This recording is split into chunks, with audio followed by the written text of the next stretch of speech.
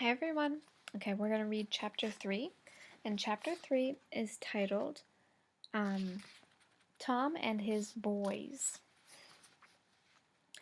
In 1869, Tom arrived in New York without a job, but Tom had no trouble finding one.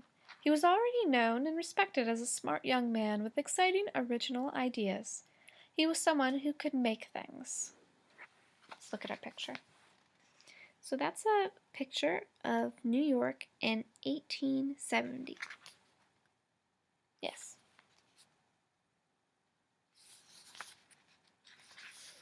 Tom had no problem finding work. After a while, he and his fellow workers started their own business, making and developing new machines. That's what they would do. The company's most successful machine was called the Universal Stock Printer. All day long, it sent the changing price of gold to businesses on Wall Street. Tom had developed the printer, and he sold the patent for it to Western Union for $30,000. Wow. With this money and 2 investors, Tom started his own company. In 1870, he found a large building in Newark, New Jersey, for his Newark Telegraph Works. He continued working on his inventions, but the company also manufactured or made machines to sell. Tom was always working to improve any kind of machine. I think that's an important thing to keep in mind.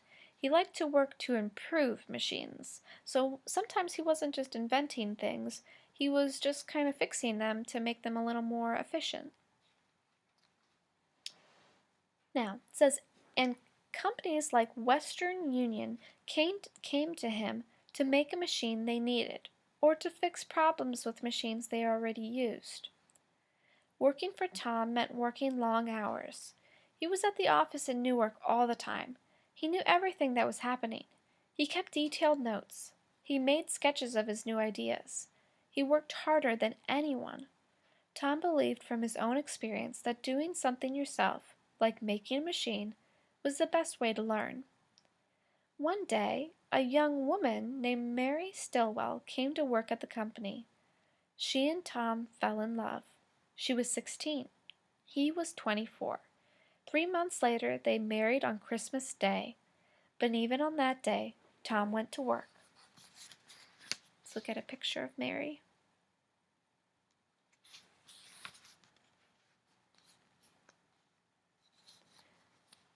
So he went to work for a few hours on his wedding day. Ask anybody in your family if they've done that before. Mary quickly found out Tom would spend much more time at work than at home. Over the years, the Edisons had 3 children. First came Marian and Thomas Jr., their father fondly called them Dot and Dash, after Morse code. Then came another son, William. Tom loved his family, but still he spent more time at work than at home. This was not easy for Mary and the children. Often his wife was lonely and frustrated. Here's a picture of his family and a picture of his shop. Most inventors work alone. Tom was different. He liked working with a team as long as he was the boss. He hired the best men he could find. He needed draftsmen who could draw his ideas on paper,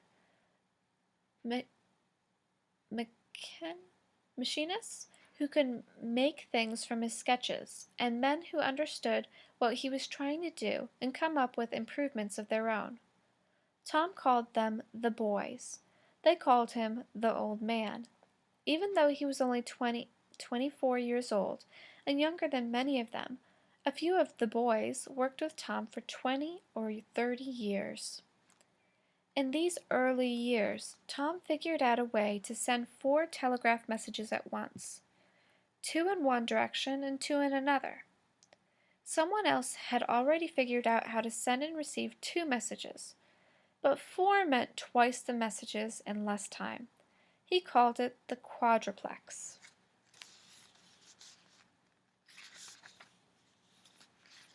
Ooh, the electric pen. That sounds pretty cool. He also perfected an electric pen. The writer wrote a message with the pen. A small motor powered by a battery moved the point of the pen up and down, punching small holes into the paper to make a kind of stencil. Then the paper with the message on it could be inked into other pieces of paper with the roller. The message would be printed over and over again. After 6 years in Newark, Tom felt that it was time for a change again. He wanted to spend more time inventing instead of manufacturing. He found a small farming community in New Jersey called Menlo Park. It was about 25 miles from New York City. It was just the right place for his family and his boys, about a dozen of them. So that's the new place where they're going to be moving. He seems to move around a lot, don't you guys think? There's a picture of Menlo Park. In 1876, Tom bought two large plots of land and began planning and building. He had a 2-story building for his laboratory. The office and library were in another building. There was a carpentry shop, a machine shop, a glass-blowing shed, and an engine house. He even built a boarding house where his boys could live. Tom had a lovely, large house built for his family, but having them nearby didn't mean that Tom was home more. He was rarely home for dinner, even when he promised Mary he'd be there, and never home for lunch. Young Marian sometimes got to take her dad's lunch to him in the lab. She was the... Let's take a look at this picture first. She was the lively, curious one. Unfortunately, her brother Thomas Jr. was often sick. Sometimes Marian found her father going over work with the boys. Sometimes she'd find him sitting at his simple table facing away from the bustle going on around him. If she was lucky, Tom might give his Dot a dime to buy candy. Marian loved to visit. Everywhere she looked were strange half-built contraptions on the work table, shelves packed with jars and bottles, and cubbyholes full of feathers, stones, and other interesting materials. Tom and the boys loved Menlo Park. They were glad to be away from the bustle of Newark. They didn't even mind that Tom removed all the springs from the clocks so that no one would pay any attention to what time it was. They still worked long hours, but it was on Tom's time. Sometimes Tom never got home at all. He'd sleep in his clothes on the bench in the lab for a few hours and then go back to work.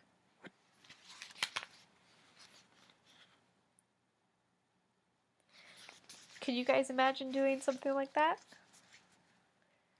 Menlo Park was the perfect place to think, Tom once said.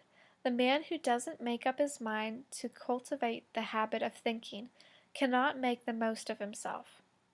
All progress, all success, springs from thinking. He called Menlo Park his Invention Factory. His team of boys worked on as many as 40 projects at a time. The more successful Tom became, the more attention he got. Investors came to see him. Magazines and newspapers wrote articles about him and his inventions. Tom liked publicity. The more that people heard about his inventions, the more people would want them. It was around this time that Alexander Graham Bell invented the telephone. Tom wished he had thought of it first. So did Western Union. They wanted their own telephone to compete with Mr. Bell's. They worried that the telephone might replace the telegraph. Let's read a little bit about Alexander Graham Bell and the telephone.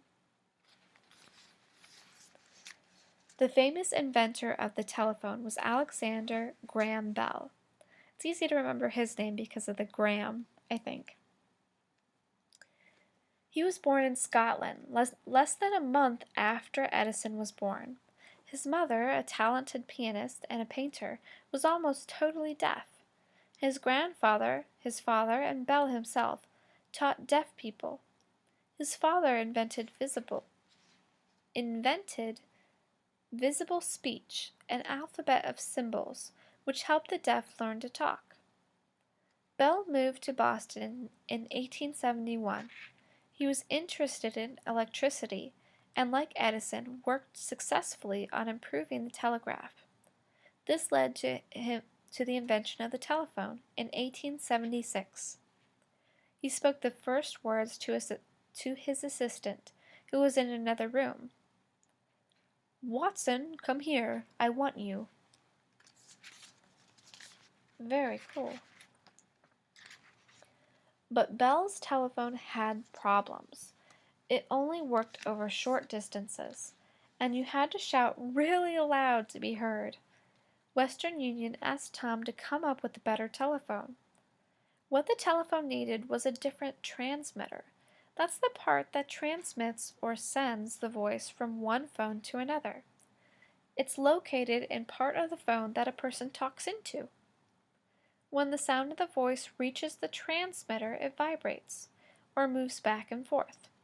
Sound is changed into electricity, which can travel long distances over a wire. So electricity and energy are really everywhere. You can see an example right there. Bell's transmitter was made of metal, and that was the problem. It didn't make strong enough vibrations. Tom had to find out what material would work better than metal. This took some time. Tom and his team worked day and night. It was Tom who came up with the answer. One day, Tom scraped some carbon off of a broken piece of glass from an oil lamp. Carbon, or lamp black, is the black soot a candle or an oil lamp gives off. Tom rolled the carbon between his fingers as if it were soft clay. He made two button shapes. He put one on Bell's metal transmitter and one right next to it. So here is showing an old-fashioned oil lamp. Now when we think about carbon, think about if your mom, dad, grandma, grandpa, somebody ever made a fire, and that black stuff that happens when sometimes you make a fire, that's carbon, okay? It happens when you burn certain materials. Well, anyway, he put that on it, making them kind of touch or close to each other. When they vibrated, the electrical current carried a strong, clear signal over the phone wire, and the problem was solved. Very simple solution. Really funny that he came up with it. If someone handed you a telephone and said, "This doesn't quite work, can you fix it?" Would you think to do something like that? I don't know. I don't think I would.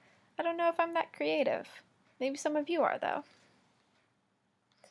Tom was disappointed that he didn't invent the telephone, but his carbon transmitter made telephones work better, and his transmitter led him to the wonderful invention of his own.